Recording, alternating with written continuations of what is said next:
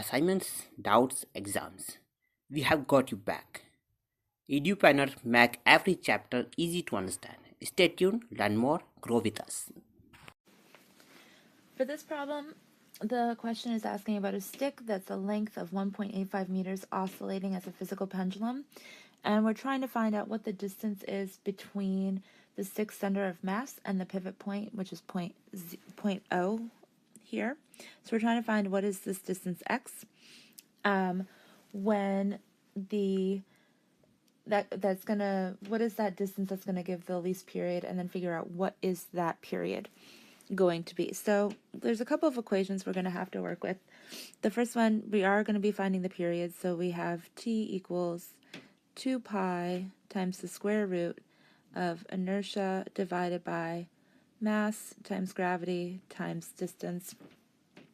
And for inertia, we're going to end up substituting that out because we're not given the value of inertia. So we need to figure out what our total inertia is. And our total inertia here is going to be the inertia of the mass and the inertia of the rod rotating about its center.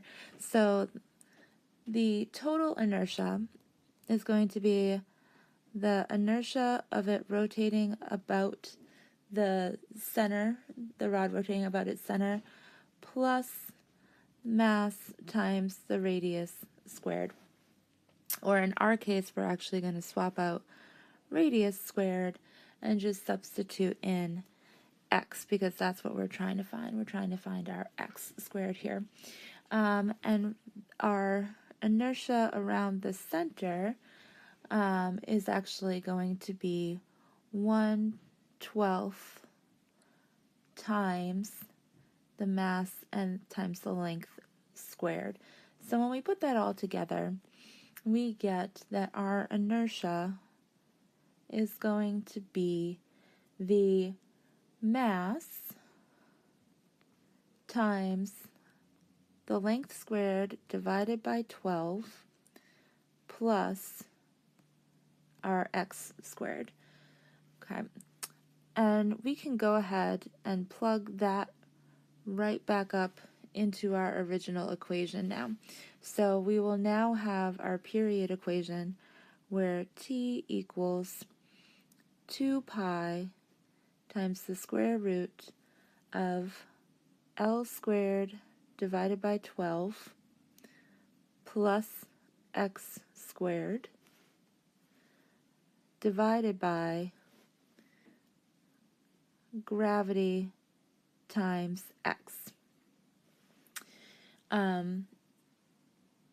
which we can simplify to be 2 pi times L squared plus 12x squared divided by 12 gx.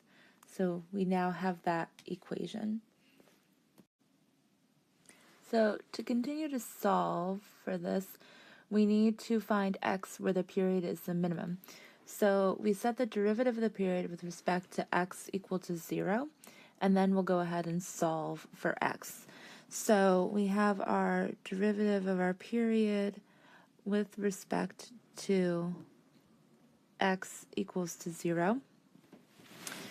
So when we go ahead and put in for that, plug in what we have our equation, so that we have L squared plus 12x squared divided by 12gx equals 0. Okay. That's going to give us 1/2 square root of 12gx divided by L squared plus 12x squared times 288 gx squared minus 12g L squared minus 144 gx squared divided by 144 g squared x squared, all equal to 0. So we can continue and have this written as 288 gx squared minus 12gl squared minus 144 gx squared equals 0. Now we can't have x be 0 because there has to be a length that we're taking into consideration. So we can, instead we're going to take our second term and have this be 0. So when we go ahead and start solving this, we want to get this over to the 0 side. And so we will have, once we simplify all of this, we end up with 12x squared will equal L squared, or x equals L divided by the square root of 12. And we can now substitute in our L. We can substitute this value in because we were given in the very beginning that L was 1.85 meters. So our new equation, we have x equals 1.85 meters divided by the square root of 12, which gives us an answer 0.53 meters. So that is the length of our distance x up here, that we were trying to find before. This distance right here is going to be 0.53 meters. Our next part is we want to actually find what that period is, where that is going to be the where x is going to equal 0.53.